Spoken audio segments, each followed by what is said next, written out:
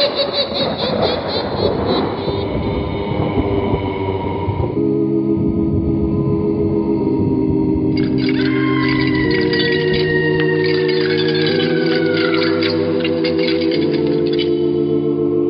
Mysterious Old Radio Listening Society Podcast.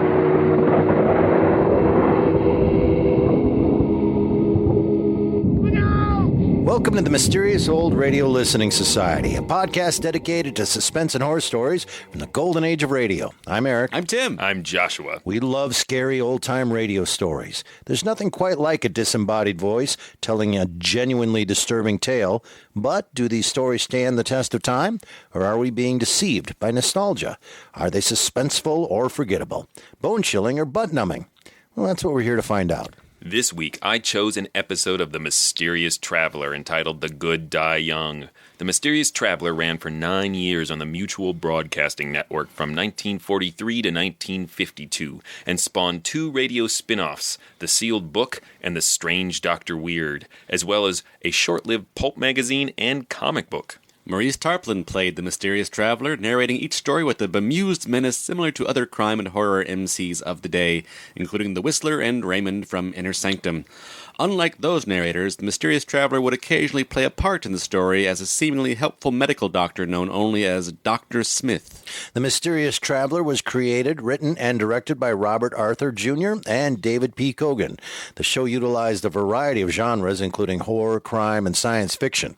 The duo's successful career came to an untimely end in 1953 when they were accused of communist activities by the House Committee for Un-American Activities. This week's story, The Good Die Young, features a classic horror trope we haven't heard yet on the podcast. It also features one of those rare cameos by the mysterious traveler himself. So sit back and get a grip on your nerves, because it's time to hear The Good Die Young, originally broadcast February 27th, 1944. Forget the petty distractions around you. Forget what you think you know. Forget everything but what you hear right now. It's late at night and a chill has set in. You're alone, and the only light you see is coming from an antique radio. Listen to the sounds coming from the speaker. Listen to the music, and listen to the voices.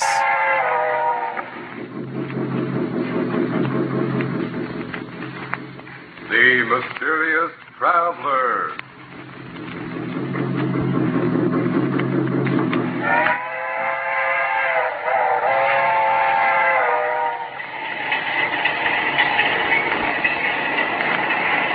This is the Mysterious Traveler, inviting you to join him on another journey into the realm of the strange and terrifying.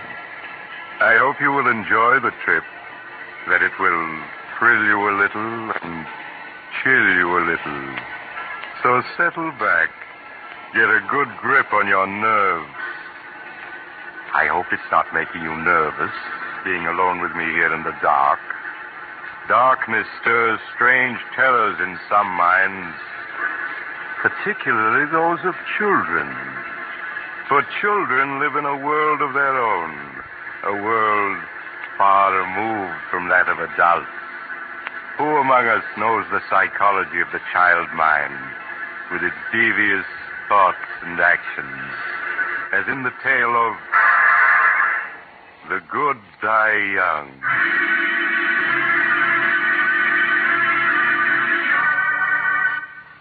Years ago, when I was practicing medicine, I brought a child into the world, a girl who was named Sandra. In the years that followed, she grew into an extremely beautiful and clever child. But my story begins the day that Martha, the housekeeper, was finishing her duties for the last time. Sandra, come in here. I want to see you. Sandra. Were you calling me, Martha? Yes. I told you to come right home after school. Where have you been? Oh, I'm sorry, Martha. I didn't hear you tell me to come home right after school. I'm sorry. Truly, I am. Save your acting for your father, young lady. It hasn't fooled me for a long time. Sandra, since your mother died, you're becoming more and more of a problem every day. Well, at least after tonight, I won't have to put up with your lies and your 1,001 little tricks. What do you mean, Martha? Your father won't be needing a housekeeper anymore. I'm leaving tonight. But why? Well, I'm not supposed to tell you. But you may as well know now as later. Your father is bringing home a new mother for you tonight. A new mother? Yes, he's just married again. But I don't want a new mother. Daddy and I don't need anyone else. We're happy the way we are. Sandra, stop screaming. I won't have it. Do you hear? I won't have it. Your new mother's a very fine woman. I met her last night. I hate her. I hate her. Daddy's mine and no one else's. She hasn't any right to him. If you don't stop that screaming, I'll tell your father when he comes home tonight. Oh, no, don't do that. I'll be good. But I hate her, and I always will. I'll never stop hating her. That's a fine way to talk. Perhaps I ought to warn the poor woman about Sandra. Well, then it's none of my business. Besides, she'll find out about her soon enough.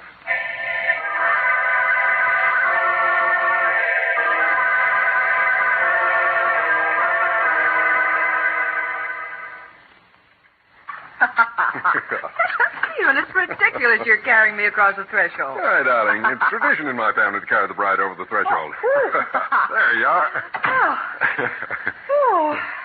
Oh, Stephen, what a lovely house. Oh, you haven't seen the best part of it yet. Sandra.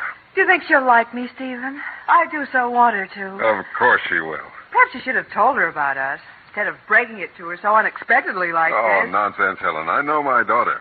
She's a wonderful child. And she'll fall madly in love with you at the first sight. Just as her father did. Sandra, where are you? Daddy. Daddy, you're home early. Oh, I'm so glad. How are you, darling? Oh, Daddy. I have a surprise for you. A surprise? Hmm? Sandra, this is Helen. Helen, I want you to meet my daughter, Sandra. Hello, Sandra. Hello. Darling, the surprise I just mentioned is Helen. We were married this afternoon. That means that Helen is now your mother. Oh, Daddy, that's wonderful. Now I'll have a mother just like all the other girls do. Oh, I'm so glad. So am I, Sandra. And I'm sure we're all going to be very happy together. Of course we are.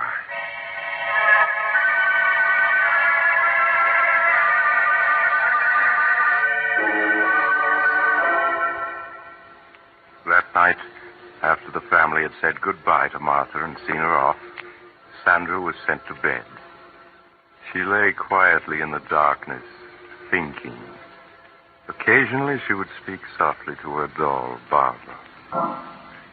She hasn't any right being here, Barbara.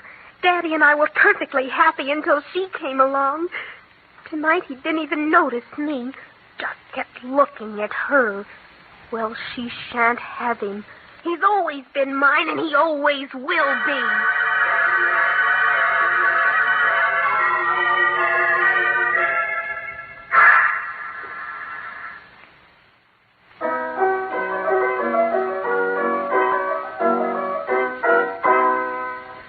There. That's enough of that. Now, let me see.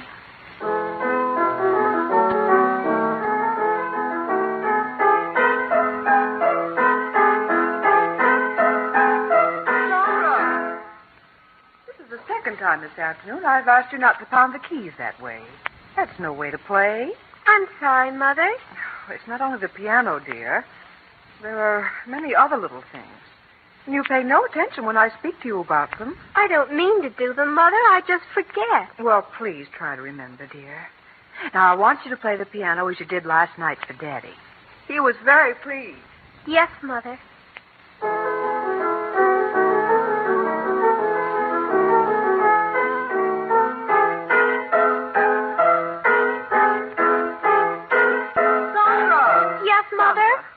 I thought I asked you to stop pounding the piano like that. But, Mother, I was just composing a new piece for Daddy. Well, that wasn't music, Sandra, but just noise. That'll be enough for today.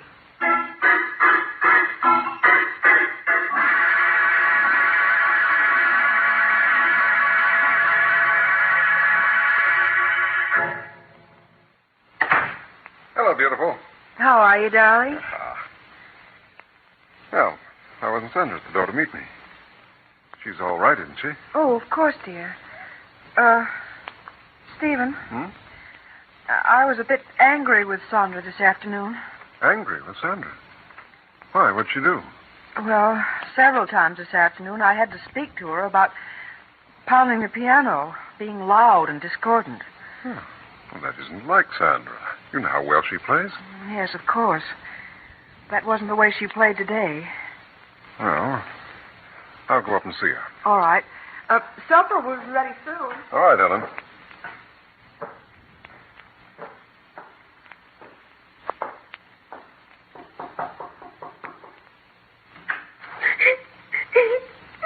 Why, Sandra, what's this? Oh, Daddy, Daddy. What's wrong? You never cry. I was only trying to compose a new piece for your birthday next month. A new piece for my birthday? Yes, I wanted to surprise you.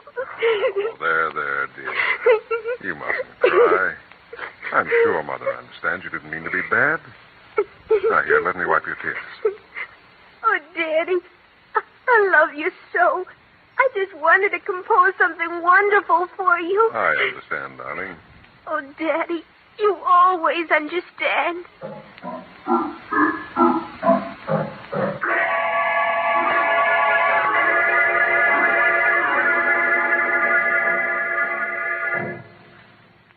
Is supper ready, dear? Mm-hmm. Where's Sandra? She'll be down in a minute. Helen, Yes, Stephen? she really didn't mean to pound on the piano and get on your nerves. Just she was trying to compose a new piece for me. Stephen, it wasn't music. It was just noise. Well, you mustn't be harsh with her. You know what children are like. In their enthusiasm, they forget what they're told. But, Stephen, I don't know exactly what to say. It's just a question of being patient with her, winning her love. All right, Stephen. Perhaps I was a bit impatient with her. You know I want nothing more than for the three of us to be happy together. I know that, darling. And the three of us will be happy together.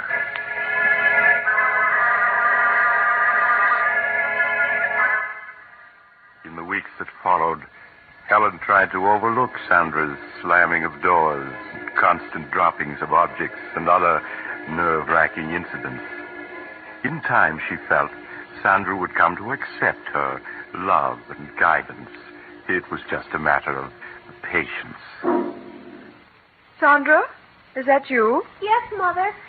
Please sit down, dear. I want to talk to you. All right, but do hurry. Daddy will be home soon. Sandra, every day I've been giving you milk money for school. Why haven't you been buying milk with that money? But I have been, Mother. Now, please, Sandra, I won't punish you. I just want to know what you've been doing with that money. I've been buying milk with it. Please, Sandra. Mrs. Gordon, your teacher, told me you haven't bought milk for almost a month now. But I have. She just doesn't Sandra, happen to... I won't have you lying to me. Now, that's your father. We'll see what he has to say about this. You don't understand. You just don't understand. Stephen? Hello, darling. Sandra, what are you crying about? I'm sorry, Stephen, but Sandra's been misbehaving. I think you'd better speak to her. You just don't understand. What's she done, Helen? Mrs. Gordon, her teacher, told me today that for the past month, Sandra hasn't been buying milk with her milk money. Is that true, Sandra? And what's worse, Stephen, when I asked Sandra about it, she lied and said that she had been buying milk at school. Why, Sandra, it isn't like you to lie about things. I didn't mean to lie about it. I just wanted to keep it a surprise. What a surprise. Your birthday present. Oh? I saved my milk money so that I could buy you a pipe. It's here in this box. But, Sandra, you know I'd have given you money to buy a birthday present for Daddy. It isn't the same thing. I wanted to buy him a present with my own money. Oh, I'm sorry, Sandra. Well, you might have told me about it when I asked you. And then it wouldn't have been a real surprise. I did want to surprise Daddy, so... But you have, darling. This is a beautiful pipe. No, the surprise is spoiled. Your birthday isn't till tomorrow. Well, this is much better, darling. It means I'll be able to smoke this pipe tonight. Oh, now, please stop crying. You go upstairs and wash your face and hands, huh? All right, Daddy. I'm sorry, Stephen. But I had no idea what she'd done with the money, and she did lie when I asked her about it. Well, if you'd only have a little more faith in her, Helen. I know it's difficult to understand her at times, but that's because as a child she looks at things differently. I'm sorry, Stephen, if you think I've failed with her. Oh, but you haven't, Helen. I'm sure that in time she'll come to love you as much as she loves me. I don't know, Stephen. I often wonder about that.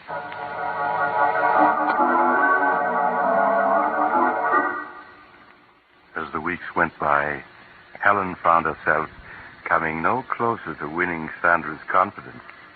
It wasn't that Sandra was unfriendly, but there was an air of reserve about her, which vanished only in her father's presence.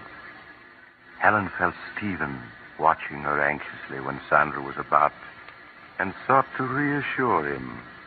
Her one thought was to preserve their happiness. Hello, Helen. Hello, dear. Oh, what happened to that vase, dear? Sandra broke it. Oh? Well, accidents will happen. Stephen, this is the fourth piece she's broken in 2 weeks. And each of them were pieces I've treasured, had for years. Why, Helen, you sound as though Sandra had deliberately broken those vases because they were yours. Well, why is it that only my things are broken? Oh, Helen, surely you don't believe she's deliberately breaking your things. I don't know what to believe. The first few times I thought it was an accident, but now... But, Helen... Oh, please, Stephen, let's not quarrel. Perhaps I'm wrong. I admit I haven't any proof. It's just all the little things adding up. Helen, what are you talking about? Oh, you wouldn't understand even if I told you. Where's Sandra? In her room, I suppose. Well, I'll go up and see what she's doing, huh? All right.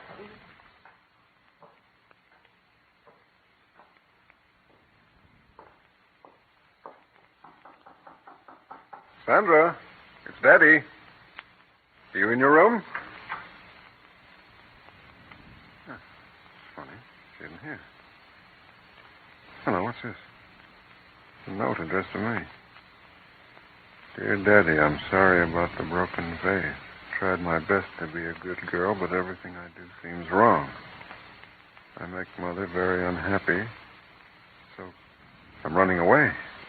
I love you very much and always will. Your daughter, Sandra.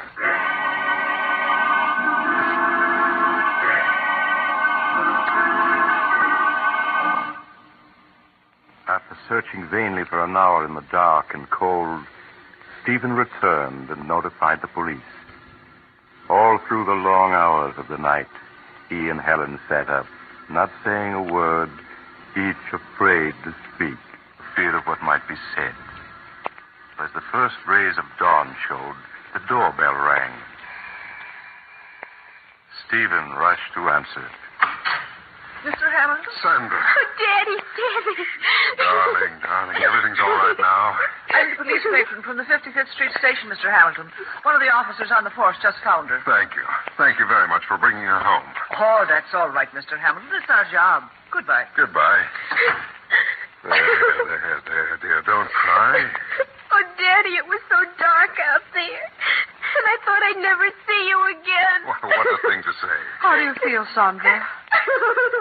You want me to take her, Stephen, and put her to bed? No, I'll do it, Helen. All right, Stephen. Just as you say.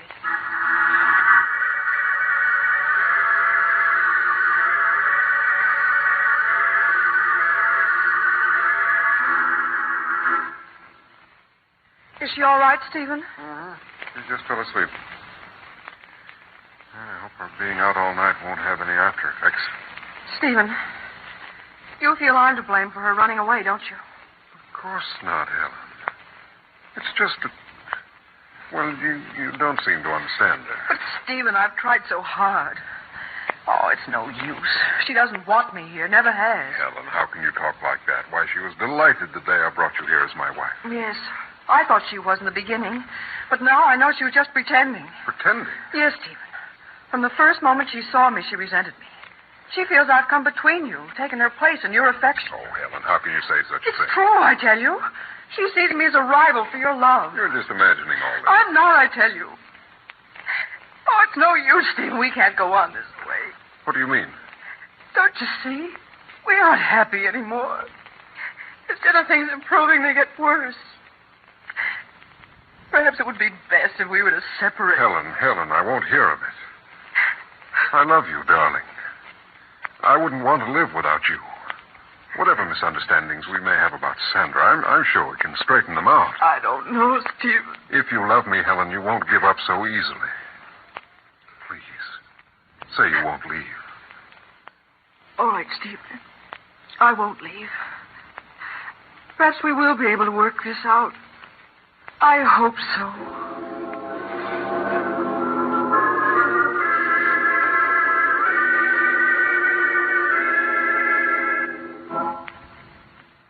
Sandra, you awake, darling? Yes, Daddy. Sandra, Mother and I were very upset when you ran away last night. Mother seems to think you ran away because you couldn't get along with her. She felt so badly about it, she wanted to go away. She did? Yes. But I told her how much we both loved and needed her, so she's promised to stay. Oh. I see. Sandra, you will try to be a good girl and do as Mother wants, won't you? It would make Daddy very happy. Oh, Daddy, I'd do anything to make you happy, anything. That's a good girl, darling. Now, you get up and get dressed, huh? I'll wait for you downstairs. All right, Daddy. Just doesn't understand. He should have let her go, but she's still here. And she's going to stay. I won't have it. I won't have it. I hate her. I hate her.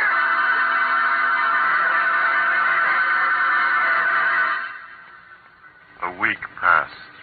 A week in which Sandra's behavior pleased Helen no end. At last it seemed they were going to be the happy family she had always dreamed they would be. Helen, Yes, dear? will you bring my coat with you when you come downstairs? Sandra and I are going for a walk. All right, Stephen. I'll get it and be right down. Daddy, can we walk down to the river? Oh, we won't have enough time for that, Sandra.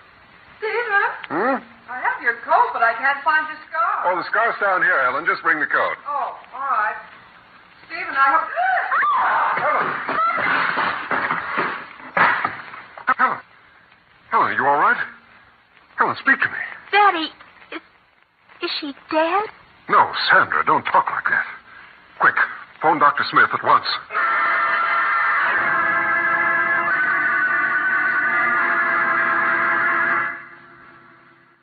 I arrived at the Hamilton home to find Helen suffering from shock, but otherwise unhurt.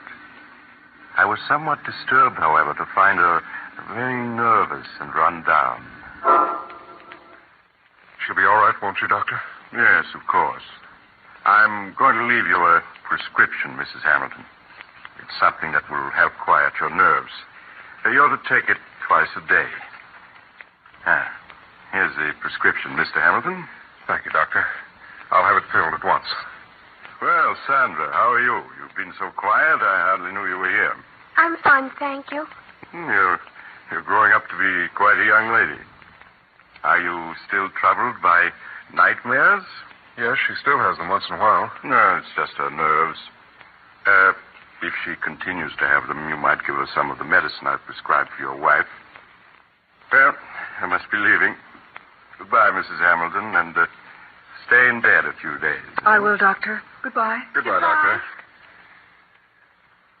Well, darling, you gave us quite a scare. Yes, I slipped on something on the top step. You must have slipped on a marble, dear. I found 7 or 8 of them on the top step. Marble? Sandra, were they your marbles? No, Mother. They belong to Margie. She must have left them on the stairs when we were playing here. Oh, I see. It wasn't my fault. Truly it wasn't. Of course it wasn't, Sandra. Her mother knows you wouldn't leave marbles lying around where she could slip on them. Isn't that so, Ellen? Yes, Stephen.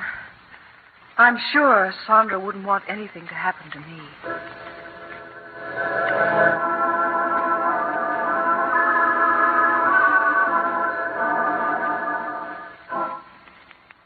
Sandra, will you come into Mother's room a moment, please? Yes, Mother. The medicine that Dr. Smith prescribed for me is in the bathroom. Will you get it for me, please? All right, Mother. You'll find it in the medicine chest. It's in a blue bottle. Yes, I know what it looks like. Oh, here it is. That's fine, Sandra. Just bring it to me. Here you are, Mother. Thank you, dear. Oh, Sandra, this isn't the medicine that Dr. Smith prescribed for me. Didn't you read the label? This bottle has poison in it. Poison? Why, yes. It's right here in red letters on the label. Oh, I'm sorry. But this bottle is blue, too. It looks just like the one with your medicine. Yes, it does at that. Now, I'll put this bottle of poison back and get me my medicine. Yes, Mother.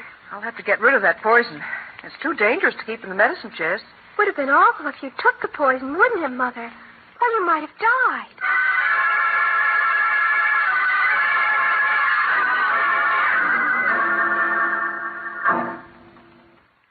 No, go away. I hate you. Oh, I hate you. He's mine. You shan't have him. He's mine. We don't want Darling, to. We don't want wake up, to. wake up. You're having a nightmare. Oh, Daddy. Daddy. Oh, don't leave me. Don't leave me. Well, of course I won't, Sandra. Stephen, she's so frightened. Yes, these nightmares leave her nervous for hours. Darling, there's nothing to cry about now. Oh, Daddy, I was so frightened. Come here a moment, will you, please? All right, Ellen. Oh, Daddy, don't leave me. No, Sandra. I'm not going to leave you. I'm just going to see what Mother wants. What is it, Ellen? Stephen, Dr. Smith said if she had a nightmare, some of the medicine he prescribed for me would help her. Well, Sandra doesn't like taking medicine. But this medicine's very easy to take, and it'll have her asleep in no time. All right, you think it's best. Yes, I'm sure it is. Now, you go back to Sandra while I get the medicine and a glass. All right, Ellen. Now, Sandra, you must stop your crying. Daddy's here. Don't go away, Daddy. I want you to stay with me. Of course I'll stay with you. What were you dreaming about, dear? I don't know. It was all so mixed up. Oh, Daddy, will you always love me more than anybody else in the world? Of course. Now stop your crying. All right, Stephen, I have it. Now, if you just have Sandra sit up. Come on, darling. Sit up now. That's it. What's Mother doing? She's pouring you some medicine. It'll help you sleep, darling. Medicine? Yes. It's the same medicine Mother takes for her own nurse. No, I don't want it. Now, please, Sandra. It'll make you feel much better. No, don't come near me. I don't want But, it. Sandra, Mother takes it twice a day. There's nothing to it. No, I won't take it. I won't. Perhaps you'd better let it go, Helen. Nonsense, Stephen. She'll have us up all night if she doesn't take it. Oh. Now, Sandra, stop being a baby and take this medicine. No, Daddy, don't let her make me take it. Don't let her. Sandra. Are you going to let me give you this quietly, or do I have to make you take it? No, it'll kill me. I know it will. Let me hold your head. That's it. No. Now, Sandra, stop clenching your teeth. Open your mouth. Do you hear? Daddy, don't let her. There, you've taken it. All this fuss over nothing. Helen, she's talking. Daddy, it burns. Sandra, what's wrong? It's burning me, Daddy. Help me. Help me. I can't breathe. Helen, quick. Call Dr. Smith. Tell him it's an emergency.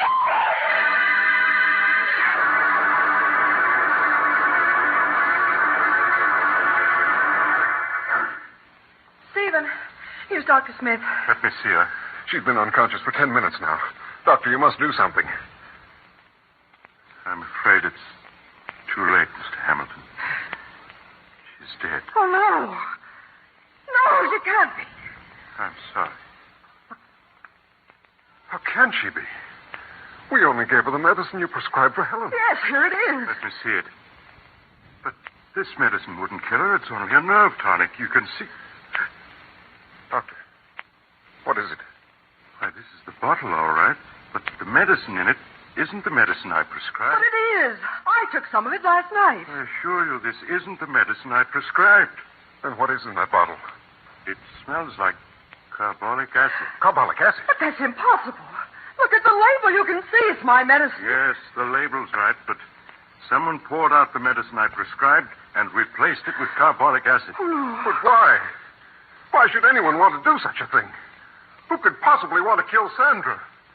Everyone loved her. Ask Helen. She'll tell you that Sandra... Stephen, why are you looking at me like that? Surely you don't believe I poisoned her?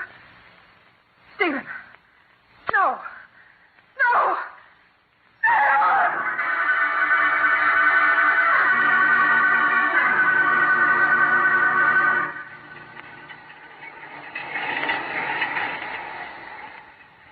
is the mysterious traveler again.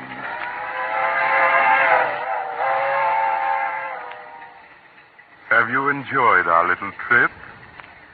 By the way, do you have a child in your home?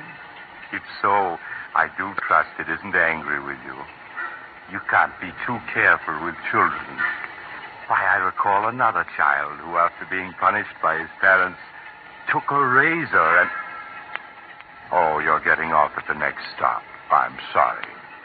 Perhaps you'll join me again soon. I take this same train every week at the same time.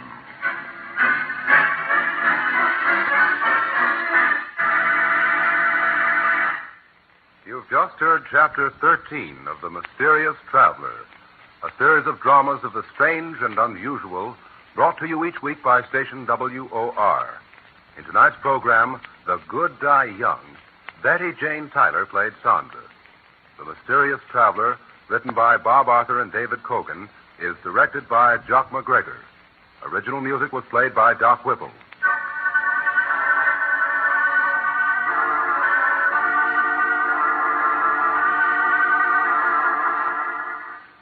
Listen next week to a tale titled Design for Death. Another Tale of the Mysterious Traveler.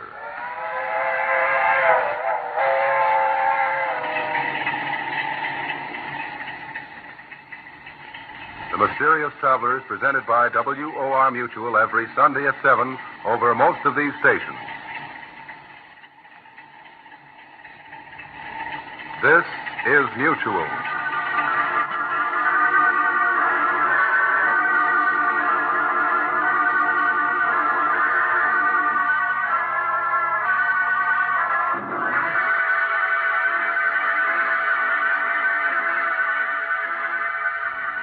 That was The Good Die Young on The Mysterious Traveler here on the Mysterious Old Radio Listening Society podcast. Once again, I'm Eric. I'm Tim. I'm Joshua. All right. This was Joshua's pick. Wow, thanks for that. There's a lot to talk about in here that in a really good way I don't like. Meaning, that was a hard thing to listen to because it was scary and terrible and Boy, I hate that kid. Show of hands, who's glad the kid's dead? Why'd you pick this one, man? Well, first of all, I love The Mysterious Traveler as a show. They don't always have super consistent episodes, but I love the sound in the opening, the whistling train. I love the idea of some crazy guy trapping you in the train car. I love that train. I love that train at the beach. And I love the concept of a mysterious traveler. Yeah. All of it is very cool. Yeah. And like you said, some of them are inconsistent. Yeah. So then it was a matter of picking through a couple episodes. And I have a list of episodes I eventually want to get to, but I decided to start with Evil Children. Mainly because, as I mentioned in the opening, it's like a trope that we haven't really discussed in horror and suspense. We see we did have the Velt. You're right. Velt, and we had Strange Judgment as far as... Never mind. We've had a lot of evil children. Yeah, we've punished kids a lot. Well, maybe as a parent, I forget evil children all the time. Just sweeping that under the rug. But I feel like this is the most directly. horror-y. The Velt, for example, the kids it's forgivable their evilness because they're being controlled, being manipulated, and this is seemingly innocent at first. This kid's doing this for no reason. She just decides, I'm not going to like this person. And, well, I'm going to tell you something. This kid is a Class A, #1 professional gaslighter.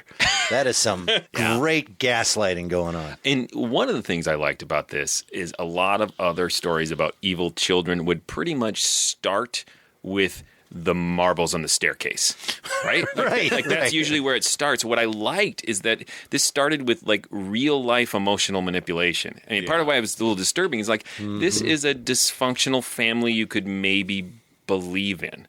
And what I also think is interesting, I think the true villain of this entire piece did not get his comeuppance. Yeah. And that's the dad. He's just a useless idiot who is not tuned into anything going on around him. Because even Helen, I love the scene when she comes to him and goes, look, this isn't working out. No one's happy.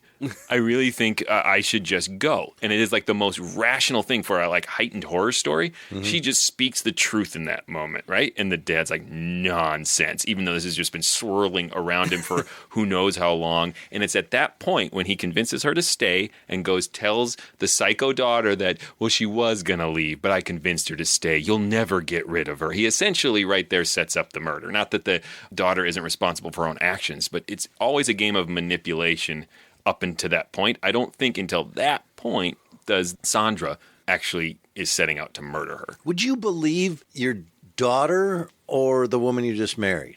This is why I'm saying I don't think that he is evil and he is responsible. I would walk in and I'd look at the mother and say, hey, there's also you got to calm down. History of with the nanny who's leaving of this is not the first time someone's tried to tell him that there's a problem with his child. This is also a man who decides it's a good idea to surprise his daughter with a new mom. Well, okay. We're going to talk. I was going to talk about that. That is a little much. Like, got married this afternoon. Here's your mom. Okay. Can I come to the ceremony? No. Because even Helen, who's not met this poor child, doesn't know that this is already a clearly crazy kid, knows that this is probably a bad idea, even if your kid is a super healthy, well-adjusted kid. Because she even says, do you think this was the best idea? And he's like, nah. All right, so that's a good point. My note was, hey, here's your new mom. I bought her yesterday. That's what it sounded like. Like, I just went and got a mom. Now, let's move on. How do you guys feel about the device that happens a lot in old-time radio of an adult playing a kid? This is obviously an adult. You think that was an adult? Yeah, doing a kid voice. Well, now we're going to have to look it up. Yeah, we're going to have to look it up. I thought for sure that was going to be in your notes, and I didn't want to have to do anything. That sounded older. I guess I assumed it wasn't an 8-year-old. I assumed it was maybe a teenager or something pitching it down a little, and it didn't bother me. Did it bother you? Well, it's an interesting thing because it happens a lot in old-time radio that all of a sudden it's an adult that can do a kid voice. Frequently, boys are played by adult women. Yep. You know, that happens a lot. The Temple of Vampires and I Love a Mystery, there's a 10-year-old, 9-year-old boy in the whole adventure that's played by, obviously, a woman, talking like a little boy. For me, it takes some getting used to. So do you think this is a fully grown woman doing it? Okay. Sounds like it to me. I'm starting to get good at being able to discern, oh, that's an adult talking like a kid. But it bothers me for a while, but then I get used to it. You're going to feel dumb if we find out this actress is 4. Well, I will. And she's actually playing up. However, she does use the word shan't. I honestly think if you're making the choice as a producer on this show, I think it's smarter to go older because you need to sell this character. Like sometimes it's really effective. Well, that's why they did it, because kids are a risk to be able to act as well as you need them to act and perform as well. Plus, they're terrible to work with because they're always napping and need a peanut butter sandwich. The intensity of her dysfunction is so important to sell in this one that you have to. Whereas, like we talked about the Velt, those were little kid actors, and they sounded like they were reading off the page, but because of the whole setting, it made it creepy. And they didn't have a lot of dialogue, for example. But I think, with this much dialogue and so much conviction needed, they have to do it. It's very rare that you can find the kid that can pull that off. I mean, now that you've said it, I could use a peanut butter sandwich. Working with kids and Tim, ladies and gentlemen. Right. Don't ever work with kids or Tim. You know, it's that same thing, though.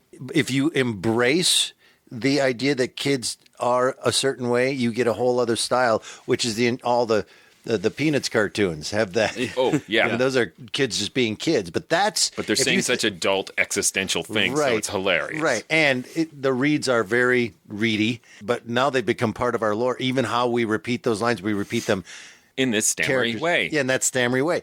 My point being is that's what happens most of the time when you try to get a kid to play a kid. It's challenging at first to believe the character if what you hear is an adult pretending to be a kid instead of you hear a kid. Yes, but I get used to it, and that's what happened here because I started. The writing is great on this, and like I said, wow, that is some good gaslighting. When the dad comes home and she just starts crying. Like immediately, if you were there, you'd be like, "Oh no! She was not crying 5 seconds ago. Yeah, no, she is faking. Like, but the mother doesn't. She just goes, "Oh man, I don't know what's going on." So I love how manipulative that girl is in a sense of it fills me with dread. Well, and it makes you sympathize with the mom so much of what can you do to escape this child's tyranny. Yeah. And there's such mundane things, too, which I like, that it's like, I'm going to play the piano loud. I'm lying about my lunch money. Mm-hmm. They're not super evil things. I love that it doesn't start with the marbles on the stairs trying to kill her. No, it's just driving her slowly crazy. Yeah, but I mean, based on this, my kids are clearly trying to kill me because they're such small things. Like I'm glad that every time a kid lies about their lunch money, it doesn't mean they're planning to murder you. That would be terrifying. But again, I love that point of escalation when Helen's about to do the rational thing and say, this isn't working. I did not expect that, because usually in these kind of suspense stories, you're always screaming to someone in the story to go like, don't do it, get out. And for once they actually said, you know what, I'm not going to do this. I am going to get out before it gets bad. And then she got sucked back in. So I love that scene. The ending scene with the actual poisoning. Yes. That is hard stuff. Yeah. And we know that the girl has switched it out. We know as soon as she says, I'll go get the medicine, I go, here we go, because it's all set up. It does bring up this question, though. Why is it so often pre-1955 that there's so much poison in the houses? Well, why I looked that up, Eric. Right? Did you I really? was interested in why someone would have carbolic acid in their house, but apparently it was a common thing in the medicine cabinet. It could be used when diluted as an antiseptic. It was also, carbolic soap was really popular through like 1970s. It kills parasites, apparently, diluted and taken, like ringworm. Like daughters. Yeah, and daughters. Yes, and parasitic stepdaughters. But it happens all the time. Yeah, no, you're right. And then it's got the big skull and crossbones, and they have it in their house. So just big bottle of poison. And then she says, we should probably get that out of the medicine cabinet. Remember all the Mr. Yuck? Oh, Mr. Yuck is green. Like there was a point in time when we were young where people suddenly realized, hey, we should probably stop having poisons all over our house. Put an adorable cartoon character on this so people know. Mr. Yuck is green. Yeah, that terrified me, by the way. If I saw that sticker, I would run into the other room. Like the poison would chase me out of the room. We're way off topic, I know. but do you remember the PSA about don't play with plastic bags? Yes. And they they wouldn't showed even play that today. They show a suffocated dead kid, and then it says, don't play with plastic bags, kid. That was on the air a lot Saturday or else morning. you'll die. Or else you'll die. I'll never forget. You remember that one, Tim? No. But considering this episode is, again, 70 plus years old, the idea that they would go through with it and just let this girl die in such a visceral way, screaming for help. My throat's burning. Daddy, daddy, daddy. It's like, it's hard. Yeah, even though you hate her, it's hard to listen Yeah. to. Like, oh, they're going to give her the poison. Good, this kid is going to die. The revenge, yes. And then you listen to an 8-year-old struggle for her life. And then you're sort of ashamed for wishing this. And there's also nice because the doctor, the mysterious traveler who comes into the story, he says, oh, she's still having nightmares. And so there's that one moment of like a history of some mental problems with this child. And that's the first moment where I felt a little empathy. Mm-hmm. Like, oh, this is maybe a kid who has been really stressed and maybe her jerk of a dad is not cute into any of it over the years. And her mother has, died at some point. I assume. Did they say she died or did we just assume she died? There's no reference. She's getting a new mom. Not that I remember. And then the very last moment when it's clear that the husband is going to blame Helen. Yes. I wasn't expecting that. I thought for sure they were going to figure out that, oh my God, my daughter switched it. When he looked at her and said, oh, you did this. No, which I think makes for a great suspenseful horror story to have that terrible ending. Yeah. I'm not a big fan in horror stories of it all working out. I mean, if that's what we're going in for and we want to be shocked and horrified. What's wrong with us? Right. Yeah, listening to an 8-year-old die is hard, and there's a lot in here that's pretty edgy. And it's weird that the mysterious traveler delivered her, because he has the opening line of like, years ago, there was a young girl I brought into this world. Or maybe he was the illegitimate father. Maybe I interpreted that wrong. Maybe he's the mom. Yeah, basically. I didn't catch, by the way, that was the mysterious traveler as the doctor. I didn't either. Yeah. Here's a line that made me think perhaps that I didn't like the mom so much. That's not music. That's just noise. Well, thanks for the review, Mom. Who talks to their kid like, well, that's not music, it's noise. Oh, okay. If my kid did that and I went, what are you doing? Aren't you practicing? Oh, it's a song I'm writing for Mom. I'd say, oh, nice. You know, like we hang their terrible pictures on the fridge. You don't say, oh my God, that's terrible. What's wrong with It's not music, that's noise. So she wasn't trying too hard. Yeah, this is also from the 40s, and I think there was that time and place where it was thought that little girls shouldn't make loud noises or be boisterous. Yeah. Here's another great moment when the doctor says, how's the nightmares, which I love, by the way. It is okay, we're getting a little background quickly on this girl. And it's a great writing moment that you don't need to do a lot to give us a lot. Yeah. But the doctor then says, well, if she has him, just give her some of the medication that I gave your wife because, share the medications in your house. It'll make a great story later on the train. Just try it. Trust me. By today's standards, the idea of, do not take anybody else's medication. Yeah. And the doctor's saying it. Yeah, just take some of that. Which, by the way, was nerve tonic, which was what? Booze? Yeah, probably booze with a little cocaine or something. Harmless. So any other notes or anything you wanted to bring up? I thought it was a really clever piece of writing after the doctor mentions the nightmares that they have Sandra wake up from a nightmare. So right before they kill her, after she's been so horrible, they give you this little moment of seeing her as a child. It's really cruel, actually, because she wakes up and says, Daddy, I had a nightmare.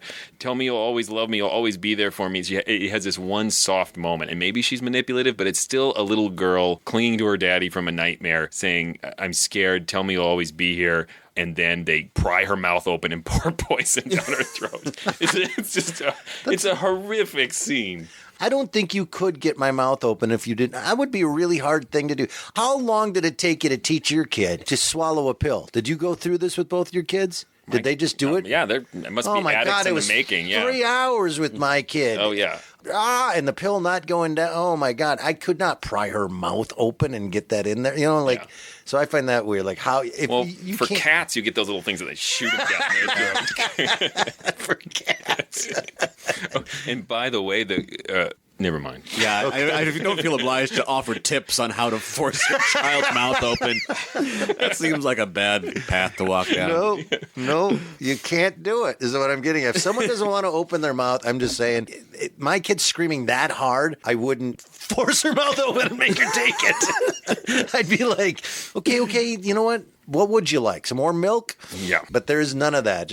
It's so distressing in the moment. I think it sort of keeps some of that analytical thought at bay. It didn't take me out. Maybe they used a straw. Didn't take me out.